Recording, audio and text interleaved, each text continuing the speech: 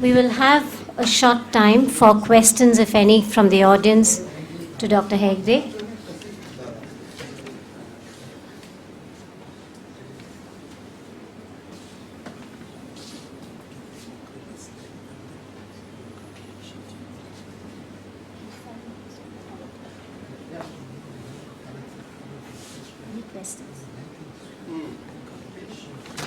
Any questions?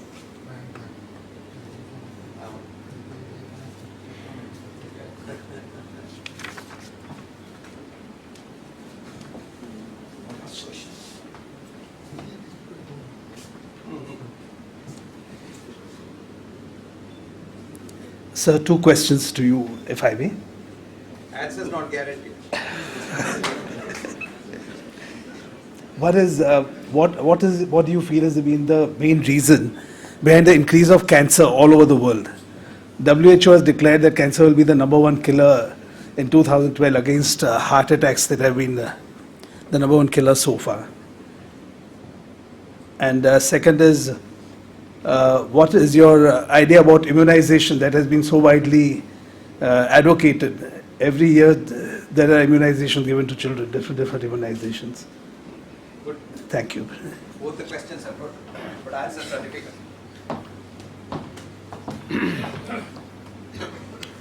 No disease has increased absolutely, mark my words, absolutely in the last 100 years. But there is a relative increase for various reasons. A, the population is increased. I'll give you an example. When I started life in 1963 in Mangalore, we were 4 lakhs of people there. Today we have 20 lakhs of people. So naturally, 5 times more diseases must be there. Number one. Number two, cancer is not a disease, it's a part of aging. Sometimes children also get cancer. There's an exception. For every rule, there's an exception. The longer you live, the higher the chance of getting cancer. You know, the politicians take credit for saying that in 1947, India's health expectancy was 27 years. Now it is 67 years. So we have done it. What happened? It's life expectancy that they're talking about, not lifespan. There's a big difference. Life expectancy is the number of years a newborn child could expect to live, which is 67 years. That doesn't mean it lives to 67 years. But even 100 years ago, there were 100-year-olds. There were centenarians in society. But life expectancy has gone up because it's a statistical term. I'll give you an example. When my mother delivered me, the average mother delivering 10 children, 1 child or 2 children will live. Rest of the children will die when they're young. Now let us take a mother who has delivered 10 children. 9 of them died around mother. 1 child lived for 100 years. What is the life expectancy of the family? 100 by 10 years. Now, the society improved, cleanliness improved. Instead of the dyes, some midwives came, hospitals came, delivery was better, nutrition was slightly better, cleanliness was better. So instead of 10 children dying, 5 children live. Okay? Now these 5 children live for 50 years, let us say. 5 into 50 is 250 divided by 25. Suddenly it has jumped from 10 years to 25 years. Nobody has done nothing. Remember that? Nobody has done nothing.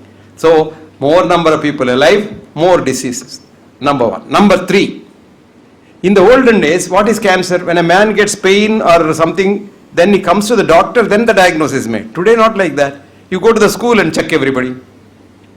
Today, if I have a total body scanner and I scan all of us will have not one cancer, at least about 5 to 10 cancers growing. But they don't become disease cancer. Did you understand that? What is a cancer? A rogue cell. A cell which has to die on a particular day. Every cell has to die.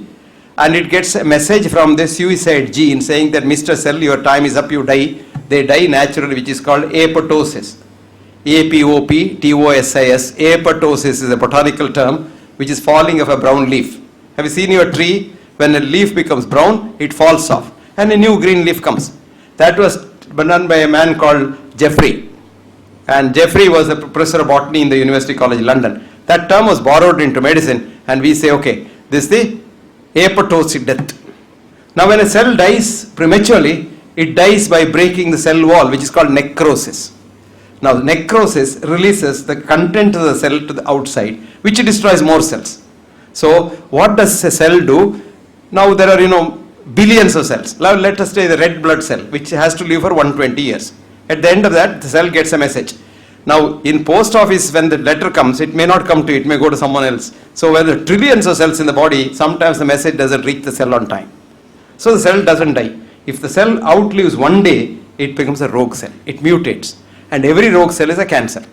You understand that? So in every one of us, there will be a few rogue cells every day. They are the beginning of a cancer. But what happens to these cells? There are two things happening. One, you eat a lot, cell grows, that cancer cell grows. Number two, you hate people, you are angry with people, it grows. But if you love everybody, the cell dies. If you eat in moderation, the cell dies. If you exercise, the cell dies. So the cancers die. And the biggest, now 80% of your risk of dying prematurely can be reduced by 1 hour walk every day if you are not a manual laborer. All our drugs to lower blood pressure, etc., that this and all, can lower it by 1%. Here 80% by modification, lifestyle. There was a professor of medicine in 1733 in Vienna who was 26 years old, a brilliant fellow. His name was Charles Schmidt, who wrote the first textbook of medicine. Who wrote, for every disease there are three things. A, change of mode of living. B, tranquility of mind. C, drugs, rarely ever, if ever, full stop. Now 2012, you can rewrite that. There are, for every disease, change of mode of living, tranquility of mind, which we don't have today, and drugs rarely, if ever. It can be homeopathy, sympathy, anypathy. There's no problem. Okay? Did you understand that? So now you know why cancer is apparently more, but not really more. Same thing with heart attack. A study was done for 5 years in Europe, and the man found out, his name is Stephen, and this is an article in the Lancet, 1987 March issue. Stephen Stehbans. And Stehbans' article shows that not even 1% increase in heart attack in the last 100 years. But people say everybody has heart attack. Why? So those days if you get a chest pain and go to the doctor, then they heart attack. Today not like that. Check up. You come check up and they do an angiogram. 97% of the people have heart disease. You take 100 children from the high school and your association pays for that and get them angiogram. And 90% of the children will have 3 vessel blocks. If they don't have, they don't live beyond 25 years. Today we have a method of producing blocks if you are unlucky not to have a block. A simple yogic method can produce blocks in your heart. Can you believe that? So block is not heart disease. Now we equate coronary artery block as coronary artery disease. This is where we have increased the number and we have increased our business. You can answer your questions? Oh, immunization. Now, namakku 2 IAS officers are so angry with me that they filed a suit against me. But of course the suit got dismissed. Polio plus, polio plus, long back, textbooks of medicine also have said, for a malnourished child, an attenuated live virus should not be given by mouth. Textbook lyric. So all that I said in a meeting like this is, see, if a child is malnourished, don't give it an injection, Salk vaccine, not the Sabin vaccine. Paper Dr. Hegde says polio vaccine is very bad for health. And what happened was, 3 days later there was a polio to be given. And then I had gone to Patna, and then suddenly I get a note. Sir, I am PA to DC. I said, why? Am I got a case against me or something? I was in Patna. No sir, DC is very angry with you. I said, who is DC to be angry with me? I am not his tenant or anything. I have not paid my rental. Or, no sir, he is very angry with you because you wrote something against polio vaccine. I said, I didn't write anything. You can get the tape and ask your DC to listen. No, you must write a rebuttal. Say DC wants it by evening today. I said, look, I am not under your DC's control. So please tell your DC that I am not going to write a rebuttal because I never told a lie. You know, I won't say I never said that like politicians. I never said that. Not chonne. Correct adhan chollirken. Avanga enna report pannanga enakku enna theriyum. So do you know, luckily Pushpa Bhargava was the deputy chairman of the Knowledge Commission in India who resigned on this issue from the Knowledge Commission and wrote a beautiful article, 4-page article in the Hindu called Politics of Poliomyelitis. Yara padichirkingla? Good. See? Politics of Poliomyelitis. Adile nalle kuduthirukanga. Ippo kuda namakku thittranga. Indha rascal appadi panna ipdi pannan. But anyway, I have been able to convince Chief Minister that, poor children should not be given polio vaccine orally. But யார்கிட்ட சொல்றது? So vaccination is good provided it is done scientifically in a child which is well nourished. Malnourished child has no protein at all in the body. What vaccine can do? See, Delhi polio virus. I wrote to them, have you analyzed that? Did you find out what virus that is? I wrote to Gulab Nabi Azad, get that virus fingerprinted today. PCR test irke. When you give oral polio to a poor child, and the child travels in the train, and our train is an open shitting place, and all the shit comes out in the, and lot of people, poor people live on the railway track. Have you seen Delhi and Calcutta? I go to Calcutta for examining for MRCP exams, and I look down, there are people living on the railway track. And when the train comes, signal comes, they all move away, and when again they play cricket on the railway track. And the child will eat that same hand that will eat. The virus goes inside, and already it has mutated in the gut of that first child, which has become powerful P3, P2, which kills you. And the government doesn't know how many children have died of vaccine virus. Nobody knows. Of course, there are statistics. You read Pushpa Bhargava's article, he gives how many children have died by then. But these things don't get because there's so much of pressure. And everybody thinks vaccination is 100% foolproof. A study showed that flu vaccine is useless except for a particular age group of children between 6 and 7. Above the age of 60, it produces more flu than protecting you. Was it publicized? No. Nobody will publish that. Because there is a very powerful industry behind it. So, இது நான் சொன்னதில்லை, நீங்கள் கேட்டது நான் reply பண்ணது, இது பேப்பரில் வரக்கூடாது. இல்லைன்னா இவரே அனுப்புறாரு நமக்கு.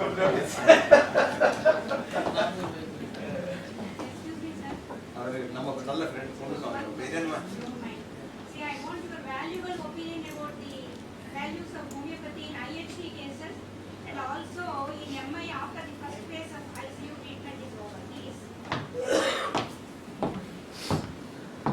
Amma, if you ask me, you don't require any treatment for the MI when once the first phase is over. So whether it is homeopathy or modern medicine or anything, you don't require anything. Provided the patient changes his lifestyle, stops smoking, stops drinking, eating less. Satisfy the patient. No. I don't know, ma, because I'm not aware of any study published anywhere which says homeopathy is good. Let us not, fool ourselves. You do a study, ma, and show me the documents. I will publish the study. This is an international journal. I am the editor-in-chief. I am nobody. But my co-editor-in-chief is a Nobel laureate, double Nobel laureate. And my editorial board has 5 Nobel laureates and the top who is who in the world on science. So I will publish your article. Send it. To date, I am not aware of anybody saying that homeopathy is good for MI or IHD.